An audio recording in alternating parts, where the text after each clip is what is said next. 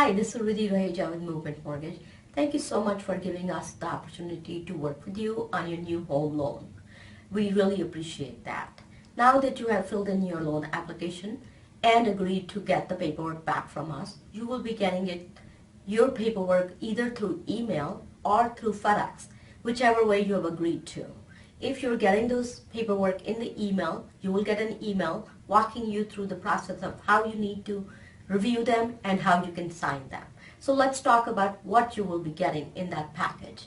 You will be getting documents that talk about what kind of loan you are getting, the cost for the loan, and the other forms that we need for you to sign so that we can get started with the process of underwriting and getting you closer to closing on your new home.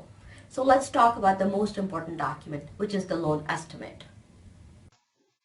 So let's start with the loan estimate form. The form that you will see in front of you, it has several different parts to it. So let's start with the first top part. It will have the date that was issued.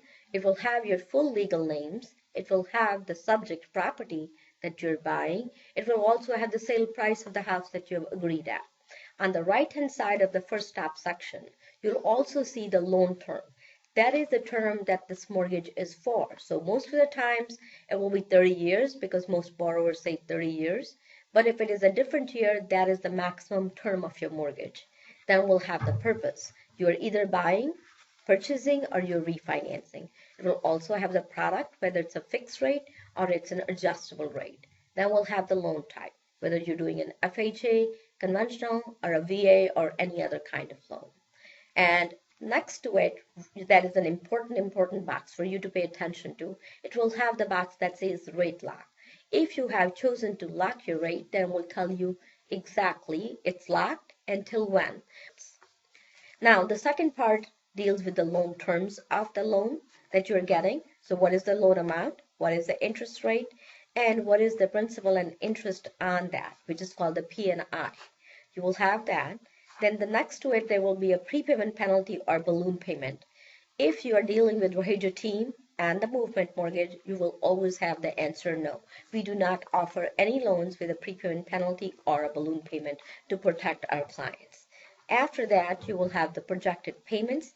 That gives you your principal and interest, if there's any mortgage insurance or PMI, and an escrow amount if you are going to be escrowing your taxes and insurance. If you're not going to escrow, this number will be blank. That doesn't mean that you won't have taxes.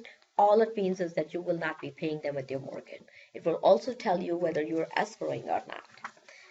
At the bottom, it will have costs at closing. So there are two numbers, estimated closing costs. That is all your closing costs. But please don't be scared of that number.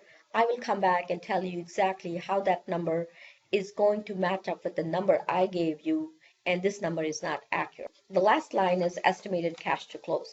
This number is going to include your down payment plus your closing costs. Now let's go to page 2. So the page 2 gives you the closing cost breakdown. Let's look at the section A. Section A is the origination charges. That includes your underwriting and your processing fees. These are the fees that are actually our fees. So whatever amount we have negotiated, that's what you are going to be paying for that. The section B includes your appraisal fee and your flood cert and your IRS fee. Keep in mind, just because we are disclosing the inspection fee or a rush fee does not mean you will be paying those fees. Till we actually get your permission to charge you those fees, they will not be charged. We will get an email from you, only then we are allowed to charge. I want to make sure you understand that. These fees are put in there to make sure we can close you on time in case we have to come back and add these fees. As the government wants us to disclose all the fees up front, we are not allowed to charge or change any fees at a later date. Now, section C has your services you can shop for. These are estimated numbers. Keep in mind, we are not charging these fees. You pick your own attorney, and whatever fees they are going to charge is what you are going to be paying. We are estimating these numbers. The last number is lender's title insurance. All of us need title insurance when you're doing a purchase or a refinance transaction. This is an estimated number. We are just estimating this number on your lower. And the D is the total of A, B, and C. This is a number that you should think of as your closing cost. Now let's look at the right hand side of the form, which is the section E, which is the taxes. You will be paying some recording fees. Again, we will show you a number. That does not necessarily mean that you will be paying that number. Most of the transfer taxes in state of Illinois are paid by the seller.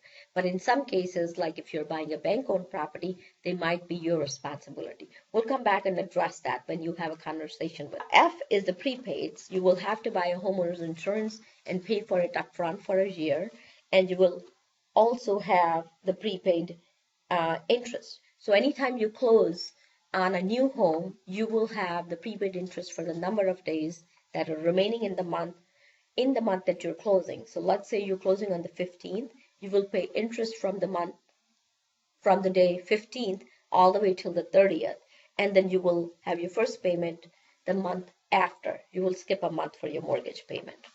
The section G is the escrow payment. If you're going to be escrowing your taxes and insurance, and like FHA, you don't have an option, you have to escrow. Those are the numbers that are going to be shown in here. I want to make sure that you do not worry about the E, F, and G, because they are going to be coming from the credits that the seller is giving you.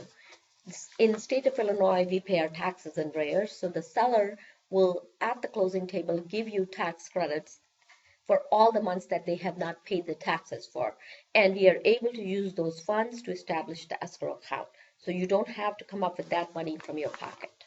Now, the section H is a title or owner's policy. Again, it will be shown to you as a cost, but in state of Illinois, the seller pays that. So you don't have to come up with that money either.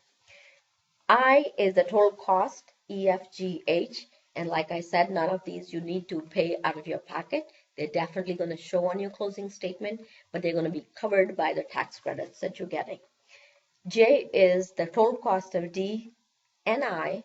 So the portion that you need to worry about is D. So when we talk about the closing cost, the number that you need to get out of your pocket is D. And if you're getting any closing cost credits, those credits are going to be applied against the section D. Well, now that you have seen all the documents and you've reviewed them, I hope you have some more clarity as to what your closing costs are going to be and the amount of money you need to bring to the closing table. So again, just to recap, you're going to need the letter D in loan estimate, which is A plus B plus C for your closing costs plus your down payment. That's the total sum we are looking for you to bring to the closing table. If you have any further questions, feel free to give us a call. We are here to help. And go ahead and send those documents in right away along with your supporting documents so we can submit to underwriter and get it clear to close and get you moved into your new home. Thanks again for the opportunity to work with you.